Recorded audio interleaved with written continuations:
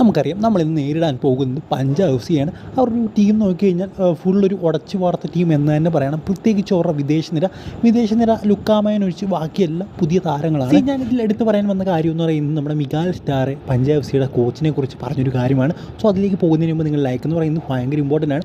200 ലൈക്കിൻ്റെ target എല്ലാവരും അതിലേക്ക് എത്തിക്കുമെന്ന് വിചാരിക്കുന്നു. സോ മിഗാൽ സ്റ്റാറെ പറഞ്ഞ കാര്യം ഇങ്ങനെയാണ്. അതായത് പഞ്ചാബ് എഫ് സിയുടെ ആ ഒരു കോച്ച് എന്ന് പറയുന്നത് നല്ലൊരു കോച്ചാണ്, നല്ല പവർഫുൾ കോച്ചാണ്. അദ്ദേഹത്തിനോട് മത്സരിക്കാൻ അല്ലെങ്കിൽ അദ്ദേഹത്തിൻ്റെ ടീമിനെ പരാജയപ്പെടുത്താൻ കുറച്ച് പാടാണ് എന്ന് തന്നെയാണ് മിഗാൽ സ്റ്റാർ പറഞ്ഞിരിക്കുന്നത്.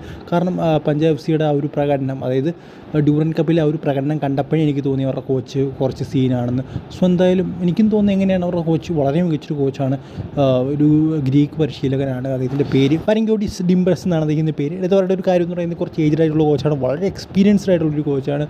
സോ അദ്ദേഹത്തിൻ്റെ കീഴിൽ നല്ല നല്ല താരങ്ങളുണ്ട്. നമുക്കറിയാം ലുക്ക മയന്, അതുപോലെ തന്നെ വമ്പൻ താരങ്ങൾ എല്ലാവരും തന്നെയുണ്ട്. സോ കുറച്ച് പാടാണ് ഈ ഒരു ടീമിനെ പരാജയപ്പെടുത്താൻ എന്ന് പറയുന്നത്. സോ കണ്ടു തന്നെ അറിയാം ആദ്യത്തെ വിജയം കേരള ബ്ലാസ്റ്റേഴ്സിന് നേടിയെടുക്കാൻ സാധിക്കുമോ എന്ന്.